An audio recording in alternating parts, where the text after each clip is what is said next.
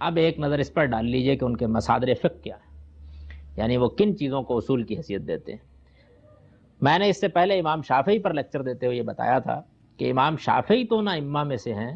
کہ جنہوں نے ہم کو اصول فقہ پر ایک پہلی کتاب دے دی ہے، یعنی اب ہم ان کی کتاب پڑھ کے جان سکتے ہیں کہ یہ اصول ہے۔ امام مالک کے ہیں یا امام ابو حنیفہ کے ہیں یہ صورت نہیں ہے، وہاں تو فقہ پر عملی کام ہو رہا ہے، یعنی یوں سمجھ لیجئے کہ امرؤ القیس شعر کہہ رہا ہے۔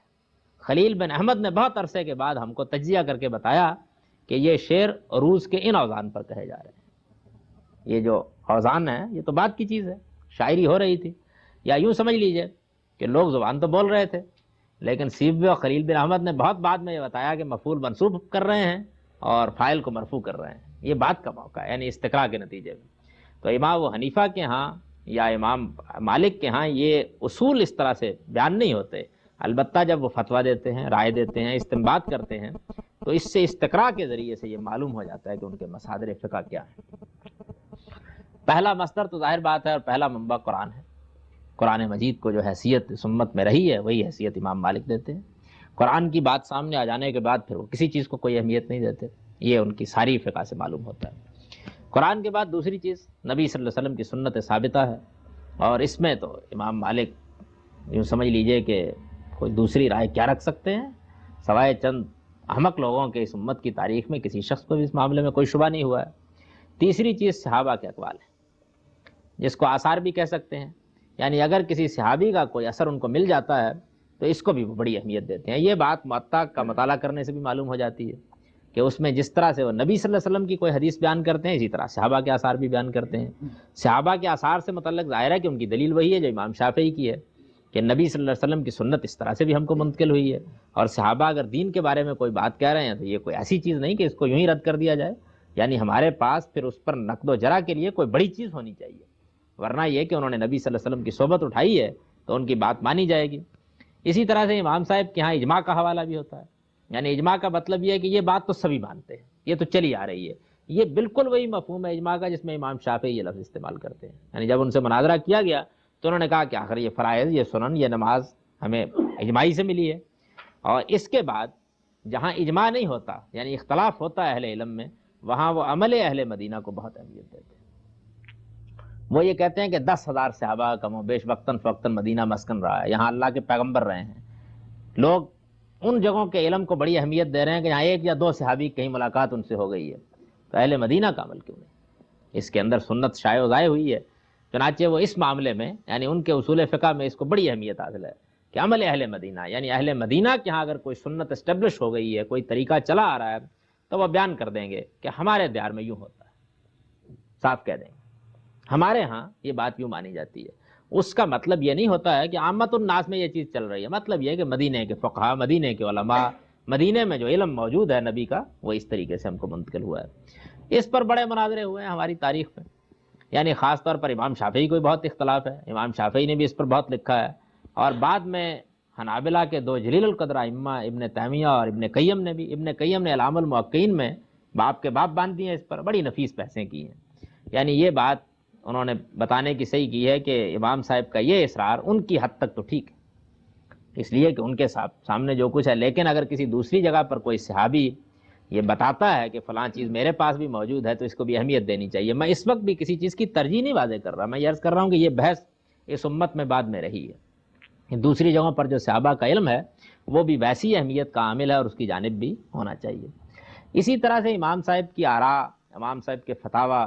یہ سب اگر نظر میں ہوں تو یہ معلوم ہوتا ہے کہ جب ان سب چیزوں میں ان کو کوئی ہدایت نہیں ملتی اور زندگی کے معاملات متنوع ہیں، ایک صاحب علم نے کہا ہے نا کہ دین محدود ہے اور زندگی لامحدود ہے، یعنی دین میں تو جو باتیں بتائی جائیں گی وہ 2، 4، 5، 7 ہوں گی، یعنی بتا دیا، لیکن زندگی کے حوالے بقائے لامحدود ہیں، پیش آتے رہتے ہیں، تو اس وجہ سے یہ کسی طرح نہیں ہو سکتا کہ چند نصوص میں ان کو بند کر دیا جائے۔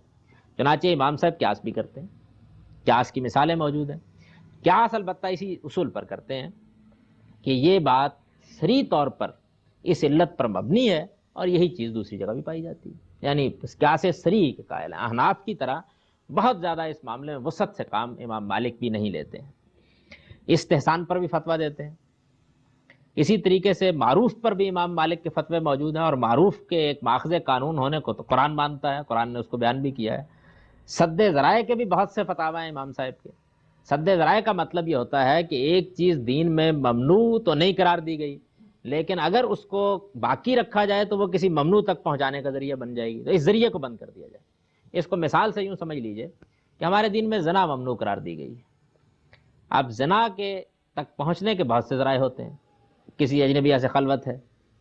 بے تکلفی ہے، گھروں میں آنے جانے کے معاملے میں بے احتیاطی ہے، یہ جتنی بھی چیزیں اس معاملے میں سد ذرائع کے باب کی ہیں، یعنی اصلاً ممنوع نہیں ہے، بلکہ ایک ممنوع چیز تک چونکہ پہنچنے کا ذریعہ بن جاتی ہیں، تو اس وجہ سے ان کے بارے میں بھی تو امام صاحب اس اصول پر بھی فتوے دیتے ہیں۔ مسالے مرسلہ یعنی وہ مسلطیں کہ جن کو شارع نے چھوڑ دیا ہے، ہم اس کو خود سمجھ سکتے ہیں، ان پر بھی ان کے فتوے ہیں، لیکن مسالے مرسلہ کے بارے میں یہ معلوم ہوتا ہے کہ تین چیزوں کا وہ بہت خیال رکھتے ہیں۔ ایک تو یہ ہے کہ ایسی کسی مصلحت پر ان کا فتویٰ دین کی کسی اصل اور کسی دلیل قطعی کے خلاف نہ ہو، بہت اصرار سے اس کو واضح بھی کرتے ہیں کہ یہ چیز کسی دین کے اندر جو مصلحت معتبر ہے اس کے خلاف نہیں پڑ رہی۔ پھر یہ ہے کہ مصلحت کے معاملے میں انہیں اس پر اصرار ہوتا ہے کہ اگر 10 عاقلوں کے سامنے یہ بیان کیا جائے کہ یہ مصلحت ہے تو اس کو مانے وہ لوگ، یہ نہیں ہے کہ آپ ایک طرح کی منطق چھانٹ کر کسی چیز کو مصلحت بنا دیں۔ تیسری چیز جن پر انہیں اصرار ہوتا ہے وہ یہ ہے کہ مصلحت پر فتویٰ اس وقت دینا چاہیے جب کہ وہ رفع حرج کا باعث بن رہا ہو، اس لیے کہ دین میں یہ مستقل اصول ہے کہ لوگوں کے لیے اگر کوئی چیز تنگی کا باعث بن رہی ہے تو اس کو دور کیا جائے، تو اس اصول کا لحاظ کر کے فتویٰ دیا جائے، اس اصول کو ملحوظ رکھے بغیر فتویٰ نہیں دینا چاہیے۔ تو امام صاحب کی فقہ کے بنیادی اصول یہ، یعنی اس پر گویا انہوں نے اس کی بنا رکھی ہے۔ یہ بات کہ اگر ان کو کسی موقع کے اوپر قرآن و سنت میں معارضہ پیش آ جاتا ہے تو وہ کیا کرتے ہیں، ان کی ساری فقہ اور ان کے سارے کام کا استقراء کرنے سے معلوم ہوتا ہے کہ یہ بحث ان کے یہاں اس طرح نہیں آتی، یعنی قرآن مجید کے مقابلے میں سنت کو وہ ایک تابع کی حیثیت سے پیش کرتے ہیں، اور جو سنت میں ان کے ہاں اسٹیبلش ہوتا ہے اسی کو قرآن کی شرح مانتے ہیں۔ وہ یہ سمجھتے ہیں کہ قرآن مجید کا منشا یہی ہے، یعنی یوں سمجھ لیجئے کہ اس معاملے میں جو امام شافعی کا رویہ ہے وہی ان کا رویہ ہے، لیکن امام شافعی کے ہاں اخبار احاد کی بارے میں زیادہ اشتغال ہے، امام صاحب کے ہاں وہ چیز نہیں۔ امام صاحب سنت کو بہت چھان پھٹک کر لیتے ہیں، بہت احتیاط سے لیتے ہیں، اور واقعہ یہ ہے کہ انہوں نے بہت مختصری مجموعہ دیا ہم کو، موطا امام مالک سب سے مختصر مجموعہ ہے۔ امام صاحب کے مصادر فقہ پر اس طرح ایک نظر ڈالنے کے بعد اب یہ بھی جان لیجئے کہ ہمارے اس زمانے کے علماء میں کتابیں تو خیر بہت ثانوی حیثیت رکھتی تھی، لکھ دی انہوں نے کتاب، لیکن خود کتاب کا بھی حال یہ تھا کہ یہ تو نہیں ہوتا تھا کہ وہ آکسفورڈ یونیورسٹی پریس میں چھپ گئی ہے اور اب اس کے نسخے عام ہو گئے ہیں۔ کتاب بھی اصل میں شاگردوں کی روایتی سے پہنچتی تھی، یعنی شاگردوں کا ہر امام کی زندگی میں بڑا غیر معمولی مقام رہا ہے، 2 4 5 ایسے لوگ رہے ہیں کہ جنہوں نے اس علم کو ہضم کیا ہے اور پھر آگے نسلوں کو منتقل کیا ہے۔ تو امام صاحب کے شاگردوں میں خاص طور پر عبداللہ ہیں، عبد الرحمن بن قاسم ہیں، اور اسی طرح سے اشب بن عبدالعزیز ہیں۔ یہ عبد الرحمن بن قاسم ہیں جن کے ذریعے سے ہم کو بہت زیادہ ان کا علم منتقل ہوا ہے، بلکہ امام صاحب کے علم کے اصل امین یہی رہے ہیں، ان کے ذریعے سے امصار میں ان کا علم منتقل ہوا اور لوگوں تک پہنچا ہے۔ ان کے بعد پھر ظاہر ہے کہ مختلف حلقے قائم ہو گئے، ان کے ذریعے سے ان کی فقہ پہنچتی رہی، اور بہت ہی جلد اس میں تنقید و تبصرے کا راستہ بھی کھل گیا۔ امام شافعی بعد میں آ گئے، امام حنبل بعد میں آ گئے، اور ان لوگوں نے بھی اس پر گفتگو شروع کر دی، مباحث بھی شروع ہو گئے۔ عمل اہل مدینہ کا حجت ہونا یہ تو بالخصوص موضوع بحث بن گیا۔ امام شافعی نے مالک سے اپنے خلافیات بھی لکھ دیے،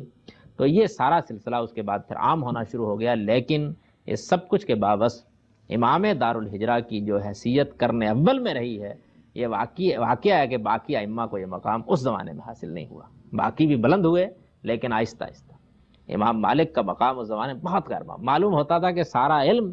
دین کا انہی پر منحصر ہے، ان کا ذکر ہو جانے کے بعد مشکل ہوتا تھا کہ کسی دوسرے آدمی کی رائے کی جانب لوگ التفات کریں، یہ حیثیت ان کی رہی۔ مدینے میں ہونے کی وجہ سے بھی، علم سے غیر معمولی اشتغال کی وجہ سے بھی، خلفاء نے جو ان کی قدر افزائی اس کی بنیاد پر بھی، جو سیاسی حیثیت حاصل ان کو رہی اس کی بنیاد پر بھی، اور اسی طرح سے انہوں نے بہرحال ایک کتاب مرتب کی کہ جس کتاب کا شہرہ انہی کے زمانے میں پھیل گیا، اس سے پہلے کسی اور شخص کو یہ حیثیت حاصل نہیں ہوئی تھی۔ باقی لوگوں کا مقام بعد میں آہستہ آہستہ متعین ہوا ہے اور ان کو اہمیت بھی دی جانے لگی ہے۔ امام مالک کو یہ مقام سب سے پہلے حاصل ہوا۔